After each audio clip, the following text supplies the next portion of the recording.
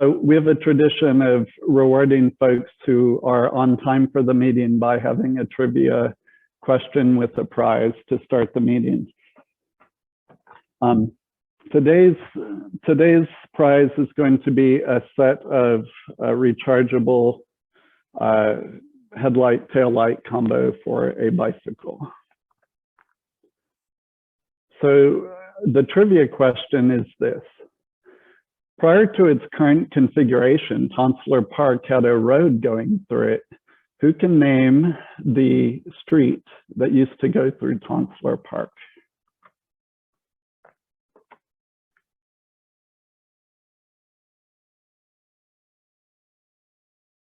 Turns out Liz Russell was correct about the street that goes through Tonsler Park. 5th Street used to go through Tonsler Park, and then 5th Street was rerouted during urban renewal, and we have the current configuration. But the Tonsler Trail project, which is an exciting thing, maybe we'll talk about later, is using a piece of the old 5th Street right-of-way and even an old bridge to connect Tonsler Park to Greenstone on 5th Street. So congratulations, Liz. I will give you the headlight next time I see you. All right. A few more late stragglers arriving. And then we shall begin.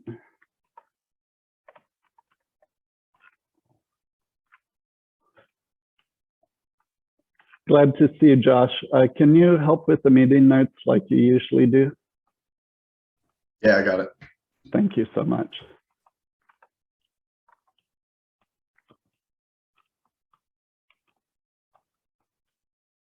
All right, so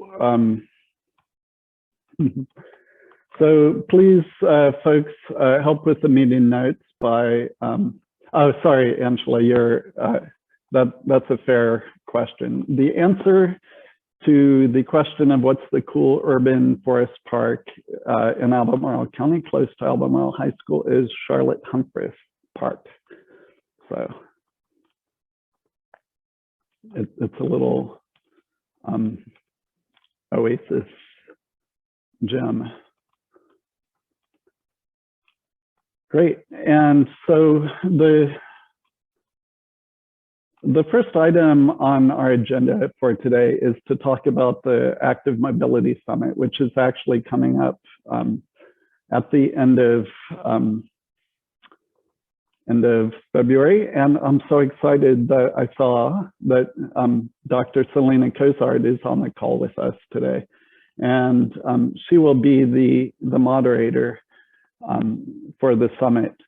The idea of, actually, rather than me saying it, is there anyone in the group that would care to sort of say what how the last summit was, what it was, and a couple of sentences, and then we'll talk a little bit about how it might or should be different.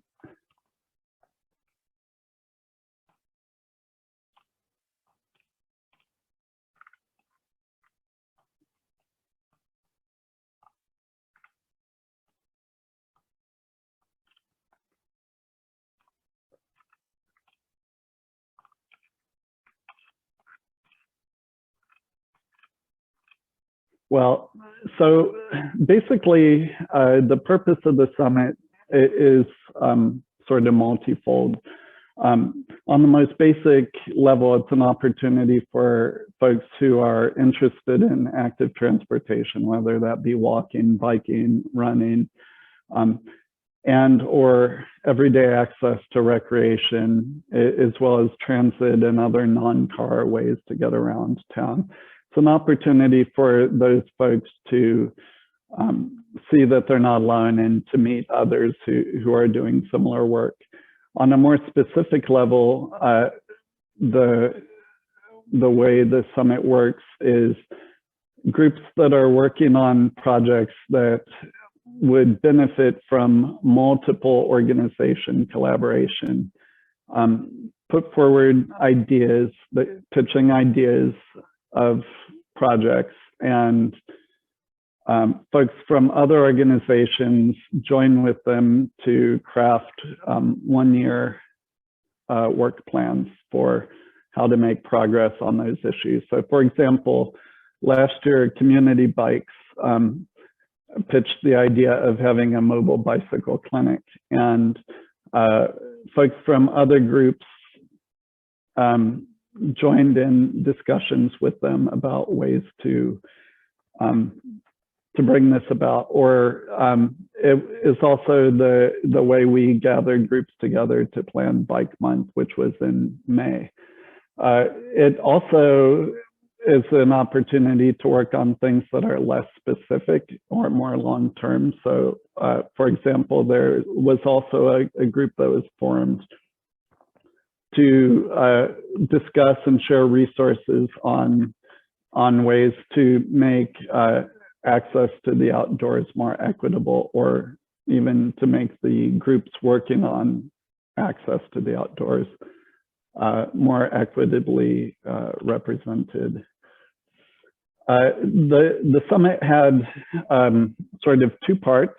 In the morning, we had a sort of quick state of play presentation, and then there was sort of a pitch fest where these groups pitched their ideas, and there ended up being about 7 or 8 groups that had legs. Then they formed small groups and developed work plans with deliverables for 6 weeks, 6 months, and 1 year. So it was 2 hours in the morning, followed with a lunch break, and then 2 more hours in the afternoon. I see Jason is on the call. He was pretty active at that meeting and actually helped plan it. Jason, did I miss anything that was, fundamental about that summit? I think you got it. Sorry, I'm late. But yeah, I think that's an accurate description. Awesome. We're still working off that document, the same doc that has everything in it. Yeah, and it'll take me a minute to locate it. It's all right. So I'll share that into the chat when it's a break. So thank you, Michael, for identifying yourself as Mike. Yeah. Oh wait, I almost made you the co-host instead of no. renaming you. That would have been terrible. Yeah, I don't want to be the. Yeah, you're welcome, Peter. That would have been a disaster. Yeah. Okay. So it went really well. We had good a great turnout. Something like 70 people or so showed up. And I think this year we have an opportunity to match that or do even better with that. Still, as any venture, it wasn't perfect, and there were some critique items and ideas about how to make it better. And I think the primary sort of, and there were some logistical questions that we'll definitely figure out, like making it easier to join groups and stuff like that. But I think the main critique item was that it was a bit distracting because there was something like 12 ideas presented, and some of them had real critical mass, and some of them had only 1 person or only 0 people join those groups. So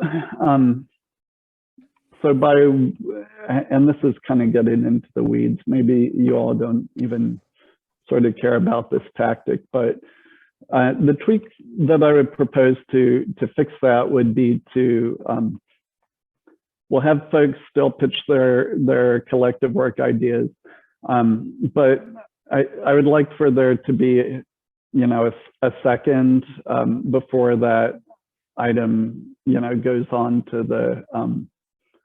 the list of choices. So then we'll know at least, you know, 2 people will be working on something. It's not a collaboration if somebody is just the only person working on something.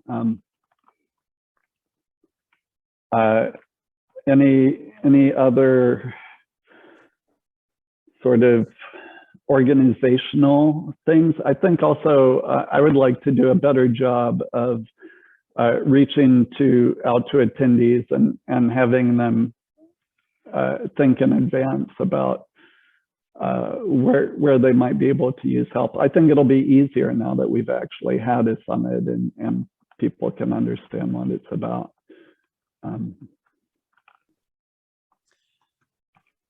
Well, in tactic, Peter, you know, because you put up a jump ball, like you ask for people for ideas, right? And you may get 20, you may get 12, and like you said, you may get some that are just single person sort of passions. And when I do this stuff, and Selena probably knows this stuff too, but if you do a lot of brainstorming, like brainstorming around actions or initiatives, sometimes it's you can just do a quick voting, and the voting is not a judgment that it's good or bad. The voting is simply a prioritization exercise to say, all right, we as a group are going to focus on the top 5 and not do 12 or whatever, top 6, and then you do a like a quick Google form or something, and people go in and just click what they think people should work on first. And it's not you preface it as it's not a judgment call. Doesn't mean it's a bad idea. It just means that here's where we're going to focus our energy for this meeting. That's just a thought. Yeah, I love that. And so the concept last time around was that people would vote with their feet. So Right. Groups that didn't have any attendees simply didn't get pursued. The downside of it was that when we had that sort of single elimination, then people were already nested within their groups and they were not able to see what the whole landscape is.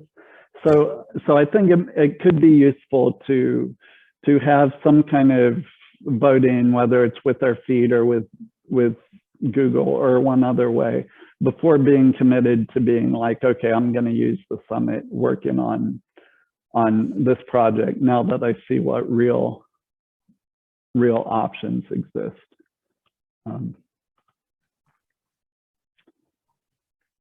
Cool. So yeah, So you would do this voting in advance of the meeting? no, we would do the voting in the meeting. You can actually do it on the fly, Frank. We've done it, you know, if you generate, let's say you have an idea generation session and you get it all down like in a Google slide or something, or a Google Doc, you know, you can literally take like a 5-minute break and somebody just slaps it into a Google form. It literally takes less than a couple minutes, and then you just post that form. Or maybe a Zoom poll even. I don't know if you can create a poll for a meeting while it's in progress, or if you can edit a poll while it's in progress, but we can figure that out. Yeah. Awesome.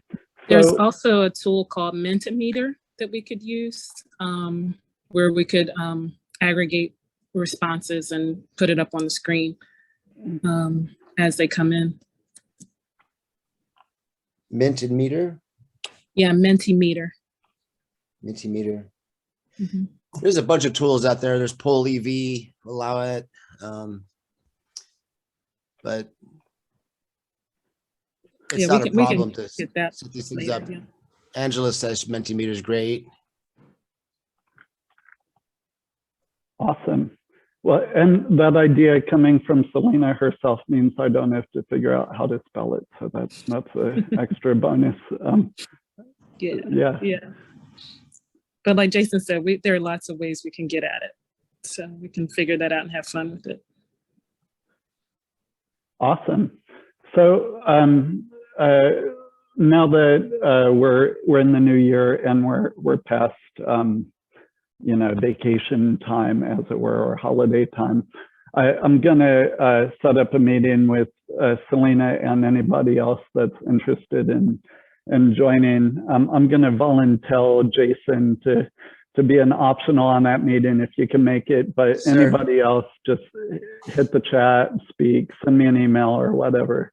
I'd expect, I don't know, probably late next week or early the following week we would get together.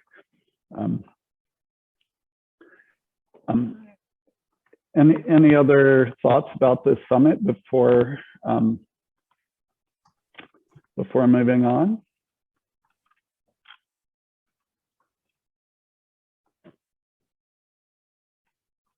So one of the milestones for last year's summit was the 6-month milestone. There were, groups were supposed to have deliverables, and we had a mini summit in, I guess, the end of August. And if anything, the mini summit was even more fun than the summit itself. And one of the things that made it super fun was that it was paired with an outdoor live social event. So there was an opportunity to debrief in the, we went to Champion and folks were able to debrief. There were some folks that were not able or interested in attending the Zoom-based mini summit that showed up to this other thing. So that's a model that we'd like to continue for the summit. Obviously, we're keeping a close eye on COVID and whether it's possible to have events at all. But for now, and we were already planning to recommence the social bike ride series with the Mardi Gras bike ride, and Mardi Gras happens to be the day after the summit. So as far as like marketing and outreach, I plan to pair this event with the with a Mardi Gras bike ride / social. So what we do have is a tentative date for the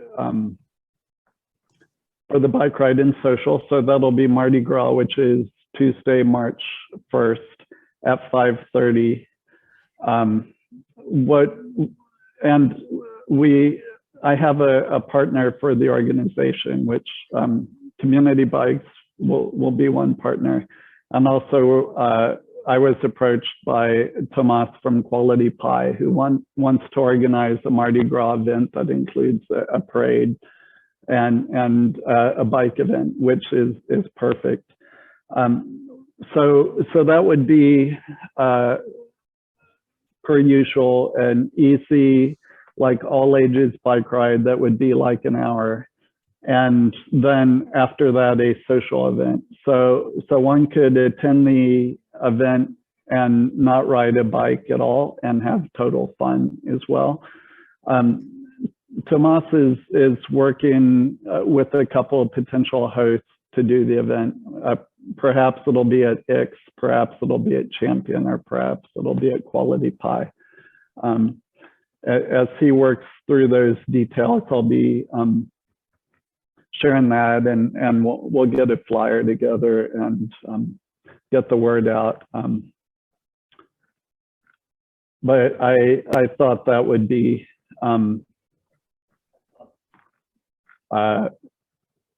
something that would be of interest to folks.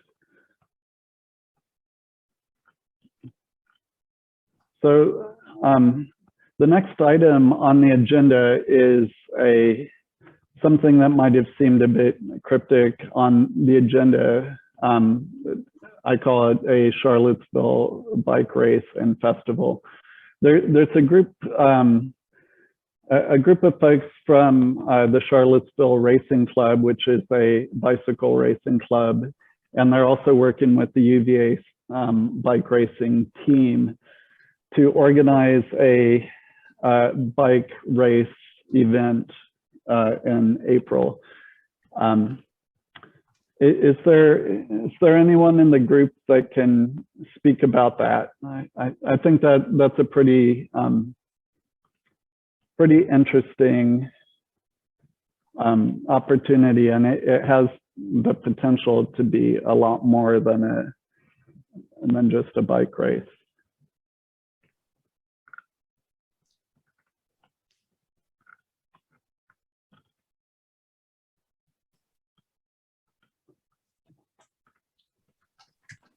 Peter, I can speak to it a tiny bit, just because I've been in a couple of those conversations. Yeah, thank you, not- Lauren. I'm not involved in the, planning what the race is going to look like, but they came and asked Community Bikes what we thought about it. I don't know, a few months ago, and we talked about wanting to make sure that it gets strong community support before we get behind it. And so they've been talking to a bunch of different neighborhood organizations and other nonprofits that are in the area and community associations. I'm not sure exactly who they've gotten in touch with, but they're doing their darndest to get in touch with as many people who are involved in the wider community as possible. So I'm feeling a lot more optimistic about the kind of event that it will be now than I thought that it's gotten a lot farther than I thought it would get in the city too. So we'll see where it goes. Thanks, Lauren. And there's key details that both you and I omitted that are really important. So this would be a road bike race called a Criterium, which is a super short course, like a quarter mile or less even, where cyclists do lap after lap after lap on a short course with, it's the, you might have seen them with, like, even sometimes they have hay bales around the curves and stuff like that. And so they're looking at a date in mid-April. And they have a course laid out that I don't remember exactly, but it is on Preston Avenue, right near Preston Plaza, with a spur that goes into the Rose Hill neighborhood. As Lauren pointed out, this can be a good thing, but it's only a good thing if it is, not unduly disruptive and actually embraces the surrounding communities. So the team working on it is, they've reached out to 10th and Page, and they're in the process of reaching out to the Rose Hill neighborhood, as well as, I think, working with the city to see if it's even at all logistically possible. Amanda, did that come into your world at all while you were working for the city?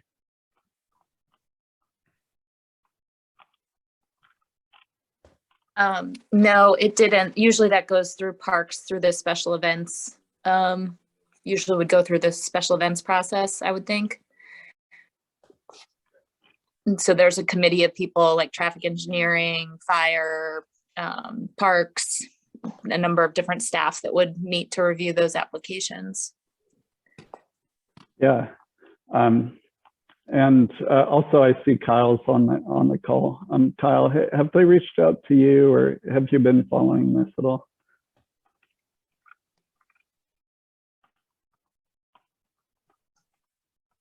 I've just kind of heard about it through, kind of casual social channels. So they haven't formally reached out to me kind of in my professional life. I've just heard about it on the periphery.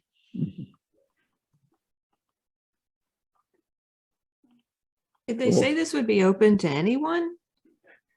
So there would be different heats throughout the day. So they would have a collegiate heat. They would have maybe a professional heat or others. There would be a heat or heats that are open to anybody, and they also are planning to have a kids bike parade and potentially just a period where the street is entirely open. It was a condition that I placed to even talk to them that it had to in fact be, open to anybody in some kind of way beyond just spectating. Like if we're going to get a permit for the street, then it has to be an opportunity to be an open street for all in some kind of way.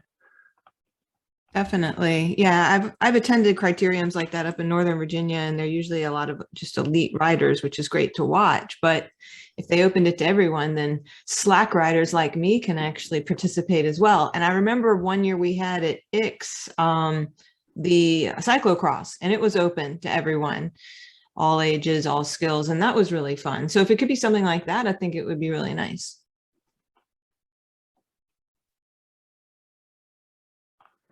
Yeah, cool. So Peter, that's one thing we talked about too when they approached us, is that Criterium races have can often be not the most inclusive crowd, and that's not what Community Bikes is about. And so I think they're doing efforts to do more youth rides and stuff as part of the fundraising for the event too. So we'll see where it goes. Yeah. Definitely. So I've pulled off like major events, and this isn't my event, and but it is possible to pull this off for April. But I think given how hard everything is, it'll be challenging to do something like this coming April. But perhaps it can be something that starts small and grows.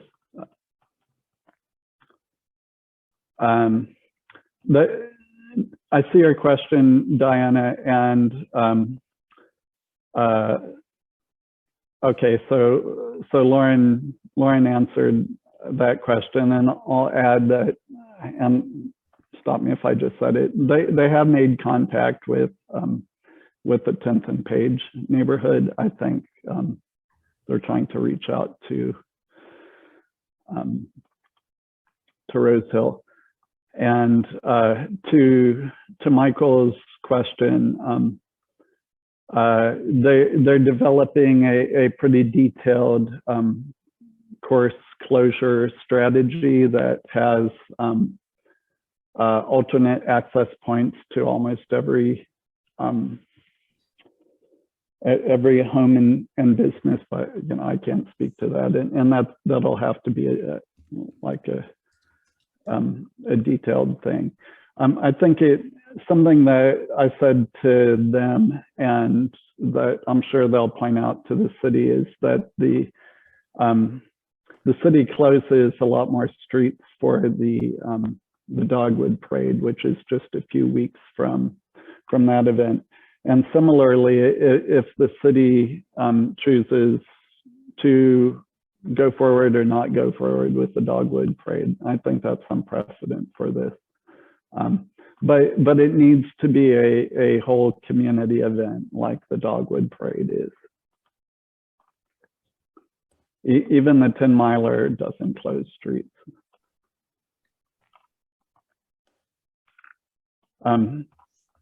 Ali, I see your question about the date, and I'm gonna have to get back to you in just a second. Okay, and hey, Peter, this is Kyle. Hey, real Kyle. quick. So I agree with you about how, if they're gonna try and pull it off, it should be more of a kind of all hands on deck kind of event for everybody, kind of like the dogwood parade. You know, I think one thing that's worth kind of saying and thinking about is if let's say this group or people in this group are going to say, yeah, we think it should be like this. I think there should be kind of some willingness and effort on our part to become involved, because I think it's a little, maybe a little asky to kind of put it all on the event organizers to kind of just kind of give them some advice on how to do it. You know what I mean?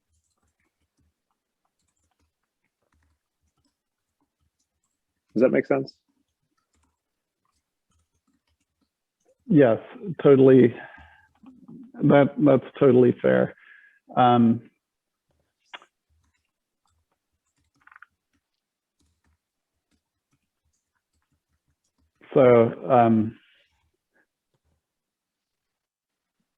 not saying I know exactly how to become involved or anything, but I'm just saying if anybody's going to go to an event organizer and say, hey, we love your event and we think it should be, you know, kind of have this flavor of X.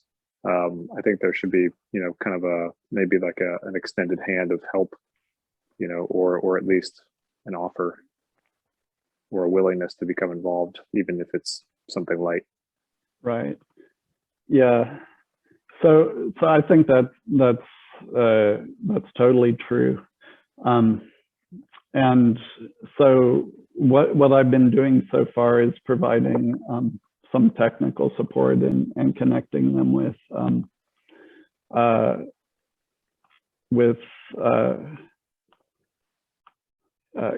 contacts and access, you know, to resources. Diana is asking if there will be tabling and resources. I think I think that is an opportunity. My sense is that it's not one that they're going to deliver it, but the opportunity, you know, would be there for that to happen.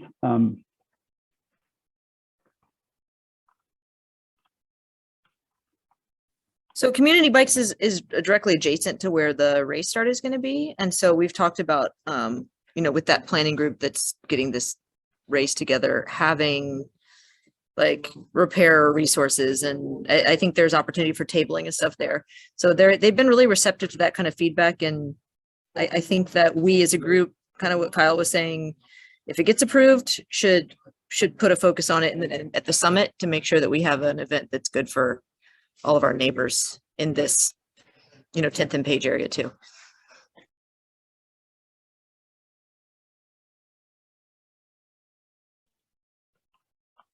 A 100%. So I think the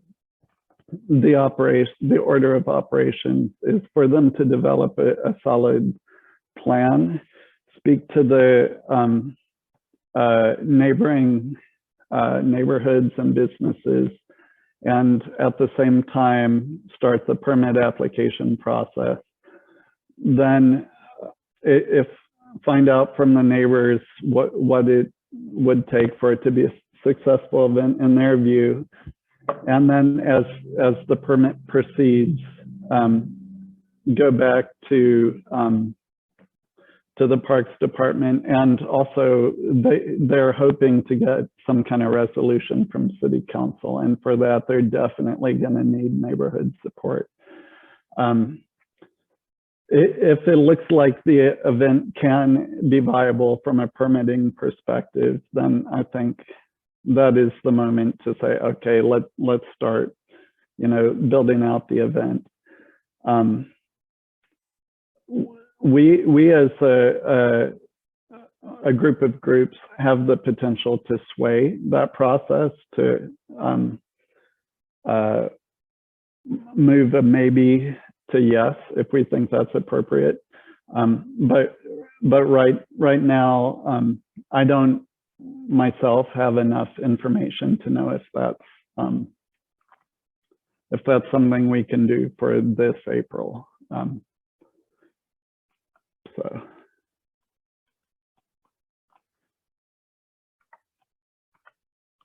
So Ethan is signed up for the summit, and it'll definitely be presented there. I think there is opportunity to, do some work between now and then. And if he has major news that he passes on to me, then I'll forward it to the group. And Lauren or anybody else is certainly welcome to do so. That's sort of a late break-in and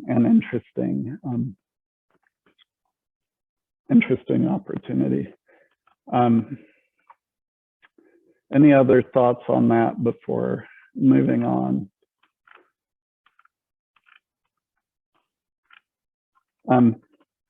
Okay, so I wanted to also talk quickly about two opportunities for collective advocacy. One is a topic that we have worked on in previous years, which is local funding for bicycle and pedestrian infrastructure. I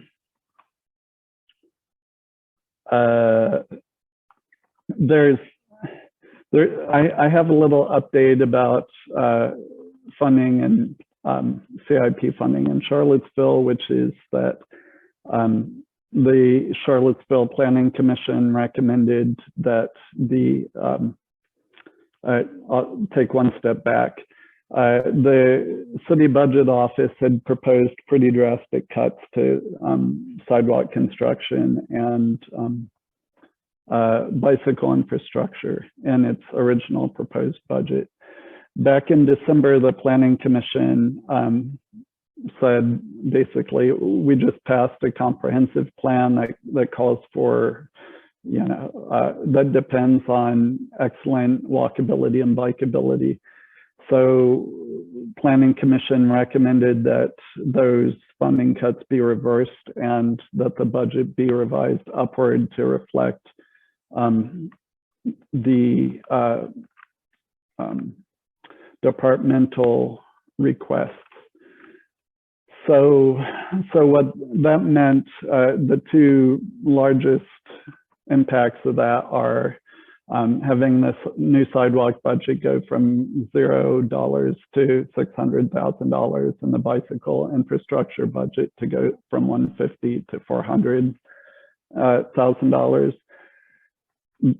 This is a good improvement, and the Bicycle Pedestrian Advisory Committee and PEC are both going to write letters to City Council saying, please support the staff recommendation. Once I have this pretty short letter written up, I'm going to forward it to all the organizations, and it would be helpful if organizations would either send this same letter saying us to, or some related version of that. We haven't seen the proposal for Albemarle County's capital budget yet. That should be coming out in February. But we've been hearing really good things from Albemarle County leaders about being committed to bicycle and pedestrian funding, and even such things as increasing the pace of funding for Biscuit Run Park, which would be great. I'll keep you updated about that, and perhaps I see Jessica's on the call. Maybe during the updates she can talk about that or other topics. The other sort of solidarity item that I wanted to let you guys know about is that PEC and the Community Climate Collaborative, Move to Health and others are co-sponsoring a letter to council for improvements to transit. And there's a sign-on letter, which I will post in the chat. But basically it calls for doubling transit ridership, which is quite possible because it's doubling a historically low number, increasing accessibility, improving community input, and transitioning away from carbon-based transportation. So I'm going to post that letter in the chat and invite you all to sign on as a petition or to add your organization to that letter. Peter, can I say something about that? Yeah, please. For those who don't know me, my name is Stephen Johnson. I work as a transit planner at Jaunt. We are also in the early stages of doing our regional transit visioning plan. And I've been a transit planner for 5 years, and I've been a little disappointed with the lack of ambition in the transit plans that I've seen. It feels like often the budget is established first as what is a reasonable or palatable budget, and then we try to build a vision within that budget, which feels like the opposite order, in my opinion. So as a professional, I'll be trying to advocate among the consultants who are doing this plan for us that if this is a visioning plan, we should be ambitious and try to paint a picture of what's possible. And if that is not consistent with historical funding levels, then that is what it is. But if we never go through the trouble of saying this is what it would take, then I think we're never really creating the opportunity for the community to say, yes, we do want that. We do want to invest more in transit than we ever have before. So I'm going to try to do that from the professional side. I think that if that is of interest to people in this group, I can try to find opportunities where it would be helpful to have people from the community engaging in that visioning plan to try to advocate for something more ambitious that is going to support the objectives of this group. That would be wonderful, Stephen. I think you'll get a lot of good response.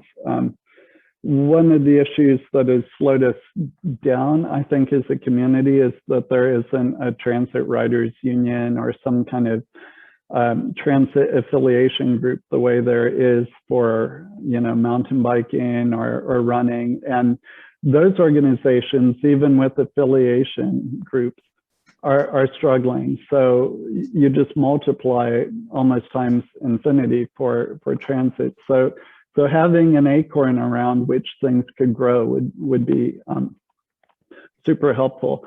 I also see that Lucinda's on the call, and I was already planning during the updates to have her talk about the visioning process.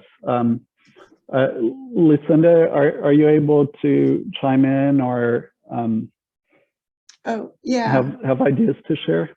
Yeah, thanks Peter, and thanks Stephen for bringing it up too. And sorry about the sunlight. I'll try to move over here. So yeah, we are doing a transit vision plan. We're kind of in the middle of it. We're wrapping up our first phase of public outreach.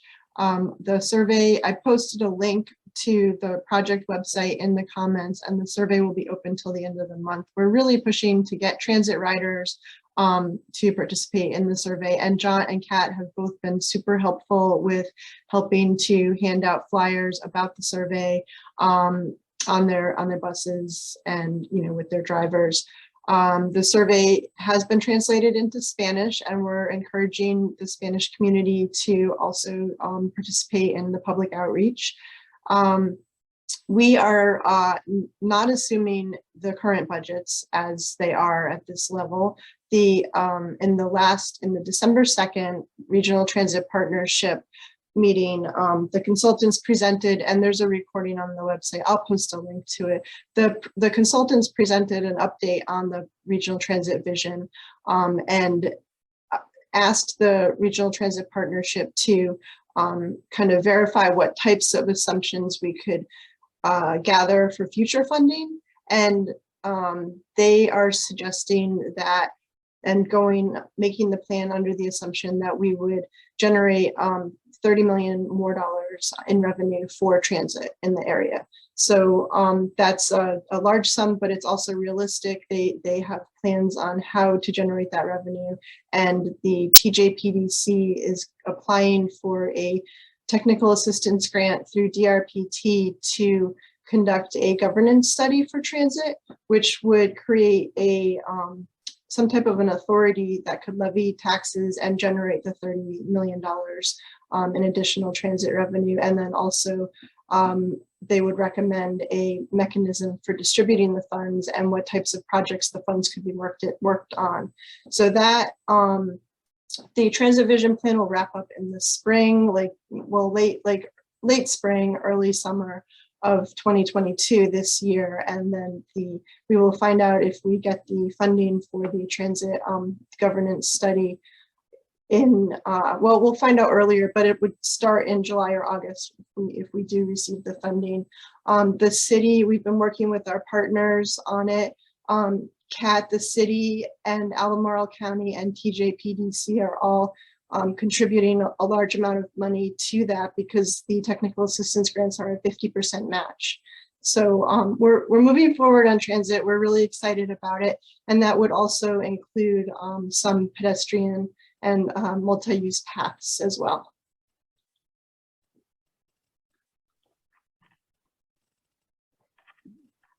Thanks, Lucinda. And to just perhaps I say this too much, but this gathering that we're having here is an outgrowth of TJPDC's regional bicycle pedestrian visioning.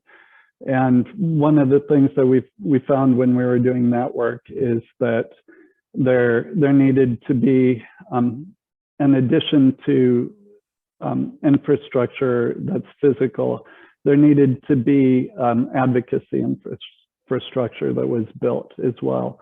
And that changed what the funding landscape looked like. So funding is something that changes based on, communities' values and desires. So I was really excited and grateful for the work that you all did with the city to secure funding for pathways and sidewalks within the city. And I'm excited to see you looking at the county as well. It's such an important part of transit. You really can't use the bus if you can't get to the bus stop. Yeah. And as we know, there's improvement, there's opportunities for that. And also bus stops are a gateway to transit. They, signal to the community and visitors how this community values transit. If you have a nice bus stop and nice signs and it's easy for people to use, then that really signals to people that we value transit. And seeing impartial sidewalks that aren't finished and bus stops that have problems really kind of reflects on transit. So it's great to have you guys working on that. I really appreciate it. I also can update you on the Albemarle County Transit Expansion Study. I don't know if you want that now or later. Yeah, go ahead. Okay. So the TJPDC also is doing an Albemarle County Transit Expansion Study in partnership with the county. And DRPT has funded both of these studies, and the county has supported both of them as well, and TJPDC with meeting the matches. So the Albemarle County Transit Expansion Study will be wrapping up soon. They have recommended to do a kind of micro transit. They have two micro transit areas, one on the North 29 area and one on in the Pantops area. And I'll put a link also to that study, because they have the maps and the presentations and everything of exactly where the areas are. And so what the micro transit area people could, schedule a ride within the micro transit area, or they could schedule a ride from the micro transit area and connect with a fixed route route. And they made some recommendations to increase the wait times, or to decrease the wait times on the route, so that people can get into Charlottesville easier and get to jobs and their destinations, quicker. So we're really excited about that. And we are looking at supporting, we haven't figured out who yet, but supporting somebody to apply for a demonstration grant to implement the two micro transit areas. And that would be an 80-20 match. So that would also need local support, which Albemarle has committed to, thankfully. To do a 1-year demonstration project for the micro transit project. And they will be meeting about both of these projects and asking for support from the board on the January 19th Board of Supervisors meeting.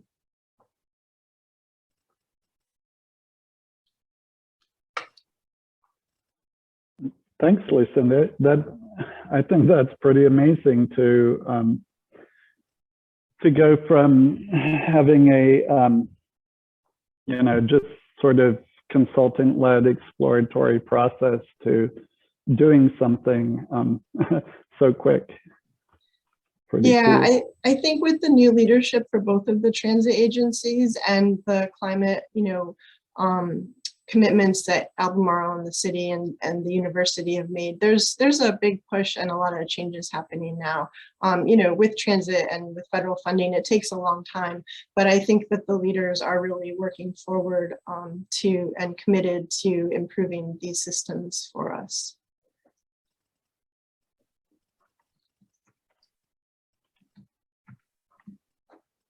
I'm happy to take questions.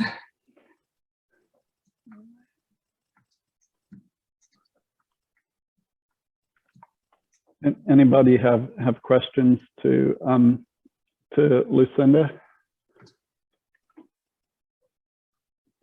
If you don't mind, Lucinda, maybe put your email address in the chat. Folks have a lot going on, and I think this might be a little bit even bigger than folks might have expected to hear about here. So it might take a minute for people to well, yeah, I mean, the $30 million is a long ways off. There's a lot that needs to happen before that. I mean, that's just our optimistic, what we're trying to aim for.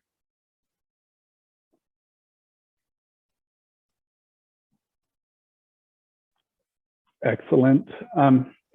Great. So those were the sort of the set pieces I had planned for the meeting. I have some updates to share that are of no greater value than the updates that you all bring. So next I was going to open the floor to provide to you all to share your updates.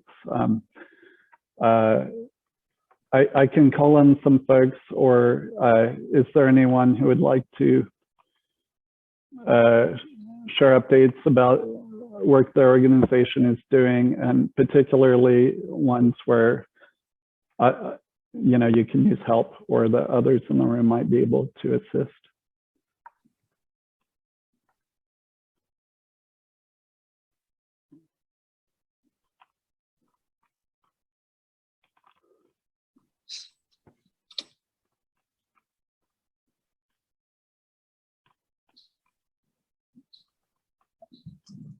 Okay, I'm gonna call on somebody, and then I'll give one of my own. Jessica, I'm gonna share a link to tomorrow's transportation update because there's a lot in it. But do you have any top line things you'd like to share? Well, thank you for sharing that link. So we have the report that you can read on the Albemarle County website, which really goes into a lot of detail about all of our ongoing and upcoming projects. And Kevin McDermott and I will be presenting to the board tomorrow. I think we're supposed to come on at about like 3:30 in the afternoon. We'll be talking a lot about smart scale and our plans for which projects we're going to be applying for as a county. And we'll give some updates on some upcoming construction work and some projects that are currently in design. Those are the highlights. Thanks, Peter. Yeah, awesome. And just sort of to tease, and without stealing their thunder, there's some cool elements where the city, the county, and the MPO are all kind of combining forces on areas of shared interest, like the Avon corridor, the Fifth Street corridor. So potentially a lot of cool stuff could happen, maybe more rapidly than if they didn't work together. I see Michael has raised his hand. Why don't you go next, Michael? Okay. Oh, thanks, Peter. Yeah, I'm Michael Geiser. I'm up in Carsbrook area. And I'm just working with Dan Butch. He just transferred over to Park, so I'm hoping to work with him soon, him and Tim, about some neighborhood greenways. But the weather's slowing us down, so and COVID, so we hope to get that going when the weather warms up. So that's about all my update right now. Awesome, thank you. Who's next?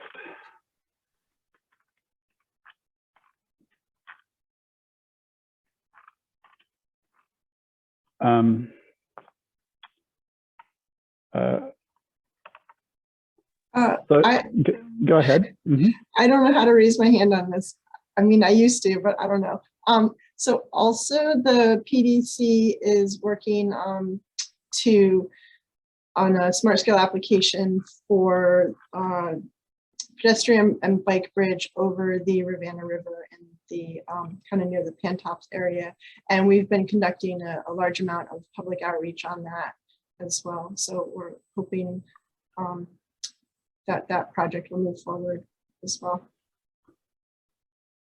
Awesome, thank you. That was the one that I would have read off too, and I have a few specifics for that to add. So they have a stakeholders group that has about 10 people. That's a mix of community members and locality staff, and they're doing a walk-in tour of the 2 possible bridge locations this Friday at noon. There'll be other public, this is sort of not a major public event, and there will be actual public events in the future. Also, their next regular meeting will be January 20th at 4 p.m. on Zoom, and I'll share a link for that in the chat as well. So. All right, who else?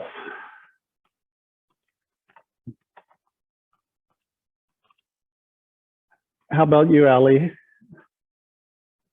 I guess I've got 3 Nuts Trail updates, but with such a long break, it's hard to summarize everything that's going on. Big picture is the 3 Nuts Trail Greenway that we're proposing between Richmond and the Blue Ridge Mountains and beyond. We worked with the department, the DRPT, Department of Rail and Public Transportation, to source maps of all the property owners of the railroad that goes east to west. And they have shared that with us so we can look to see if it's a possibility that we can place a greenway close to the tracks in some locations. Some of these locations might be lands owned by the government, a part of DRPT's domain. So it's an enormous amount of data that we need to disseminate and map. So that's really exciting to see their support of this project, enough so to share those maps that aren't typically, in the public domain. I mean, all of that information could be sourced if we were to go to individual county offices and look up every individual deed, but to have it all compiled for us is really wonderful. Another discussion we're having is an event, kind of something similar to the Boys and Girls Cycling event that used to happen, kind of a potentially either closing some streets or picking some back roads and doing some family ride and a longer bike ride, possibly in Western Albemarle County, to kind of facilitate and let people in the area see what it would be like to have a car-free path around the county. We've got some funding that's been put towards that. We've discussed April, but with COVID and whatnot, dates are always shifting. And I see there's that April 16th potential event too. So we need to pick a time when the virus is less of an issue and the weather isn't too hot. So if anybody is interested in working on that, we do need a team of volunteers, or at least someone to brainstorm with. And then Peter, if you don't mind commenting on the Old Mills section of trail. The big picture, I'll let you talk about, Peter, is kind of looking at a greenway east of Charlottesville, between Charlottesville going towards Richmond. I'll let you pick up from here. Okay, so I'm going to actually pass it over to Liz Russell from Monticello for that. With a quick intro for context. So Ellie referenced this 3-notch trail that would go from Richmond to Stanton, really. And some of the, where the broad outlines of where that would go are coming into focus on certain sections more than others. One area where it's super clear is the section of the actual 3-notched road, which exists between really Woolen Mills and Milton. And Liz, are you comfortable talking about the Old Mills Trail? Yeah, sure. Thanks, Peter and Allie. You may all have seen the article in the Seville, I guess it's a Seville Weekly, right? About called Milling It Over. That article was sort of two things, talking about the restoration work that our restoration department is doing of the extant mill, which dates from 1806 or 7, and was Jefferson's mill operation. With there was a whole lot of industry there, buildings and canals, and a train that predates the existing one. Thanks, Peter. And then the article shifts to talking about sort of why are we doing this work, and it is anticipating the expansion of the Old Mills Trail, working with Albemarle County. Obviously, if we're going to be bringing people from the public by this resource, we want to make sure it's not a safety issue, that it is protected, and so some repointing and stabilization, and that's the work that's been going on out there.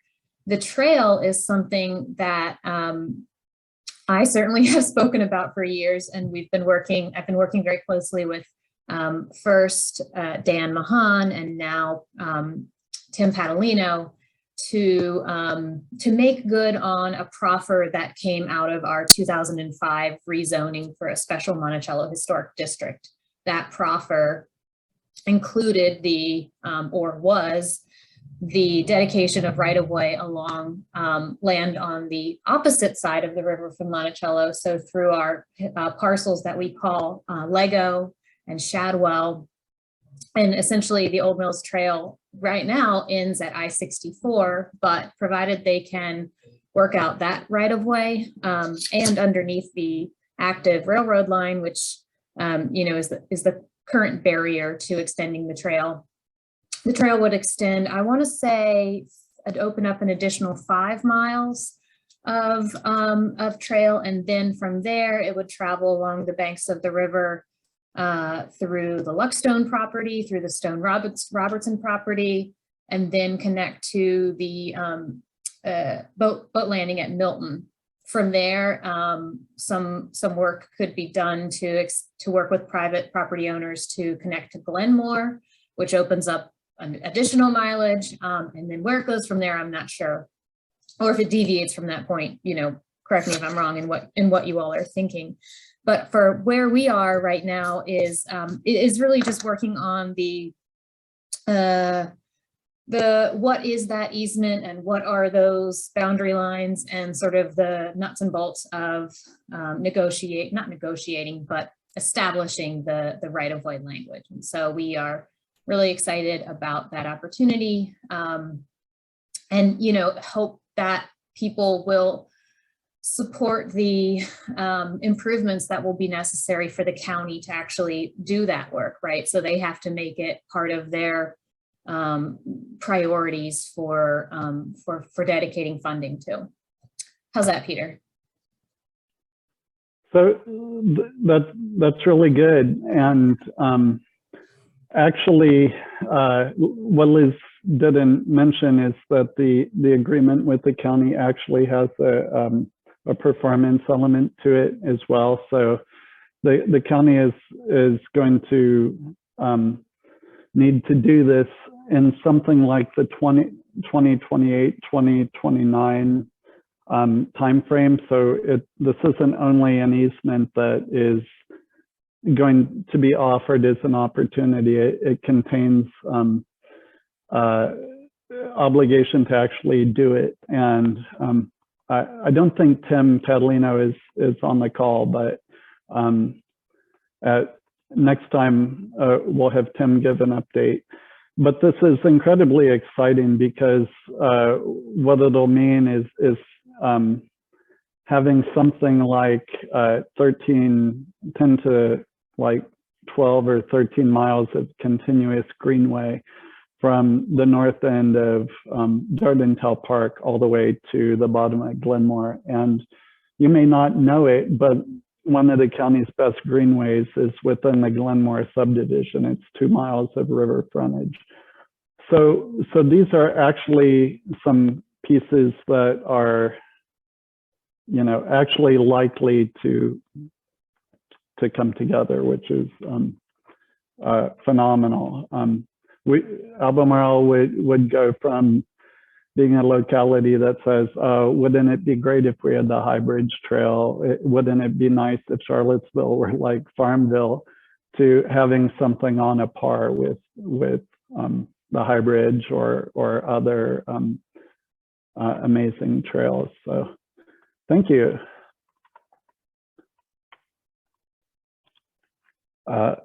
And any other updates or folks who are able to share?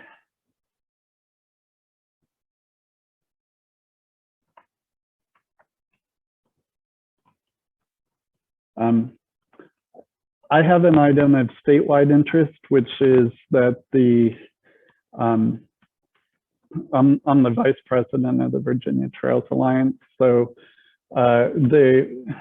we're working on a couple of issues that are of interest.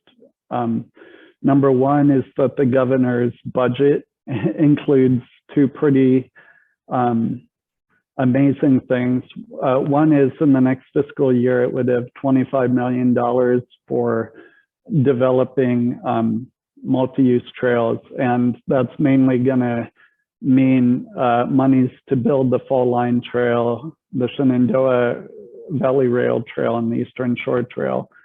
But the 2023 budget calls for $207 million for multi-use trails.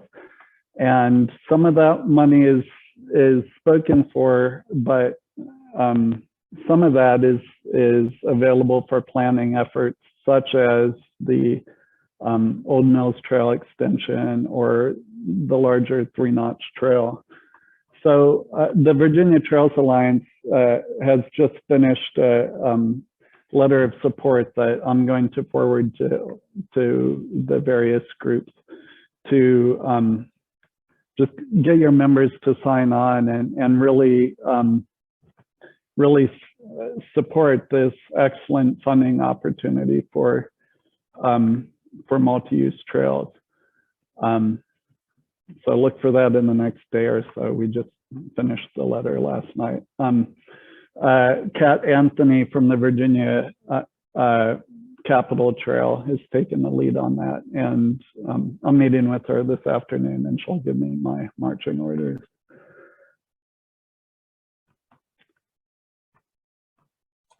Any?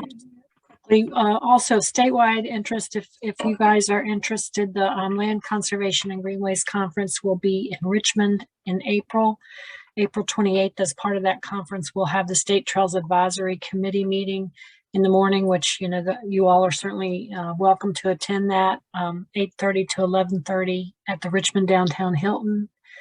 And the VDOT's Bike Pedestrian Advisory Committee meeting will be January 25th, and that's virtual.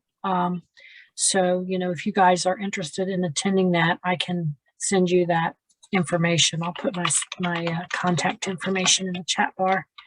And I put also in the chat bar the Shenandoah Valley Linear Park feasibility study has been published, and I put the link to that up there as well. We are still waiting on the study from the Office of Intermobility Planning and Investment to be published.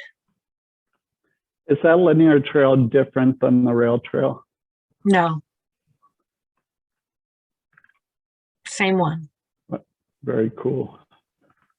And what report are you waiting from OIPI, Jennifer?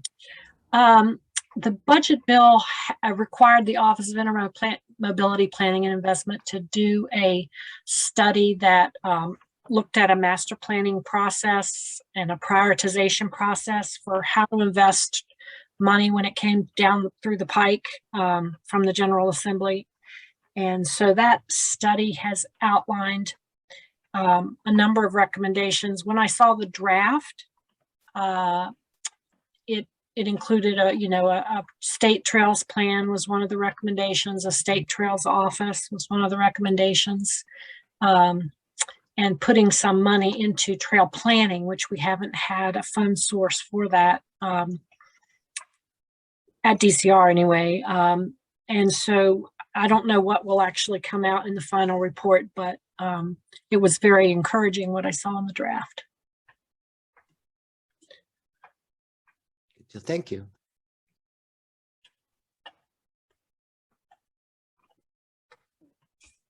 Thanks, Jen. And I would like to underline what she said about the Vault conference. I put the link to it in the chat. Encourage people to attend. It's in Richmond, so it could be a day trip.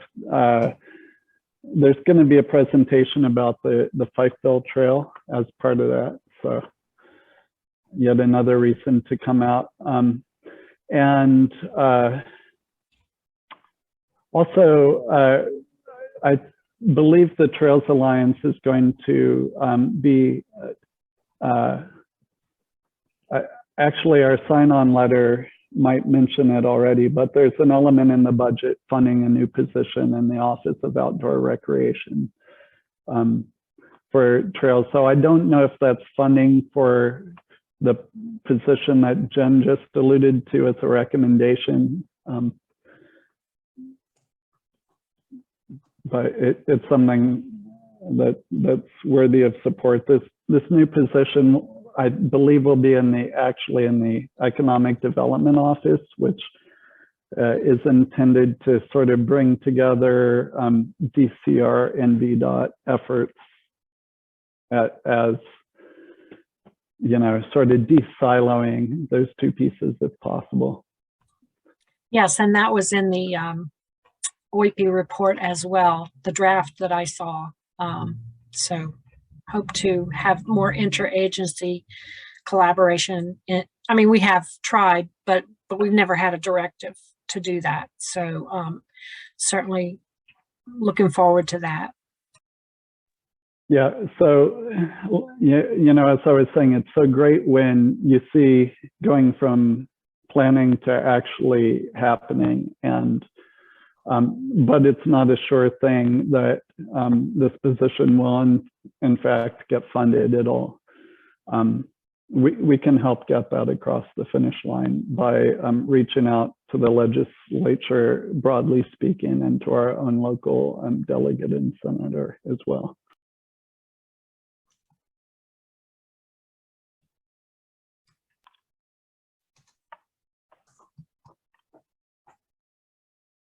Any other updates for the good of the group?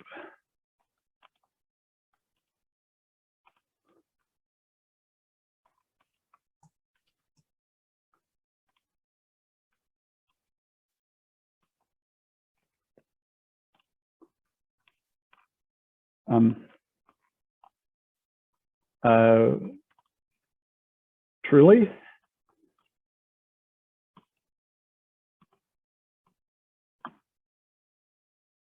Well, it's 10:50 and we've been together for nearly an hour and a half, and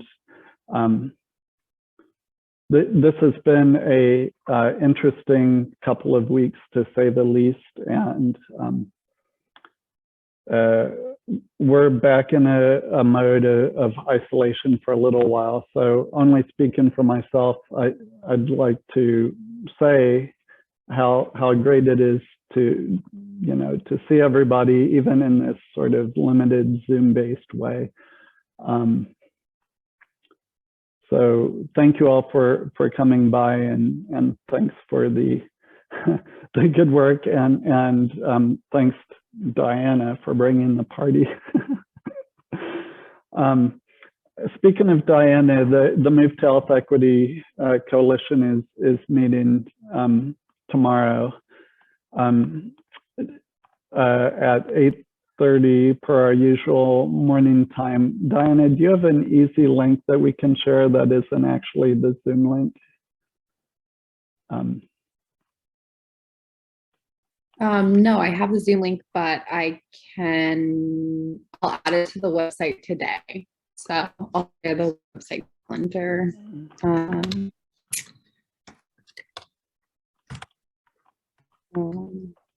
Yeah, it should be good. Working on action teams tomorrow. We're talking about the MAP port too.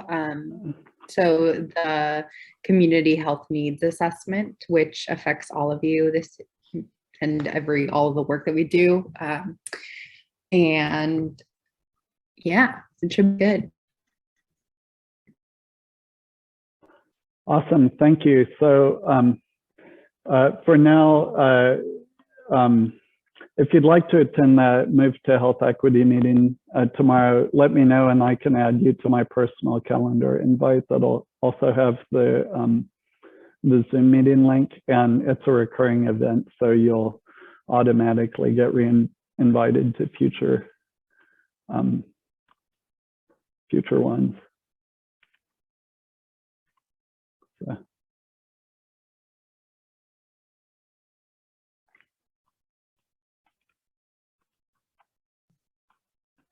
Sounds good. Thank you, Peter. Awesome. So I haven't actually moved to adjourn, but I've sort of implied that, and I haven't heard any objections. So thank everybody for joining. And as usual, I'm going to stick on the Zoom link for a while just to hang out and chat with anybody. But thank you all for coming, and please, you know, feel empowered to go forth and enjoy the rest of your day.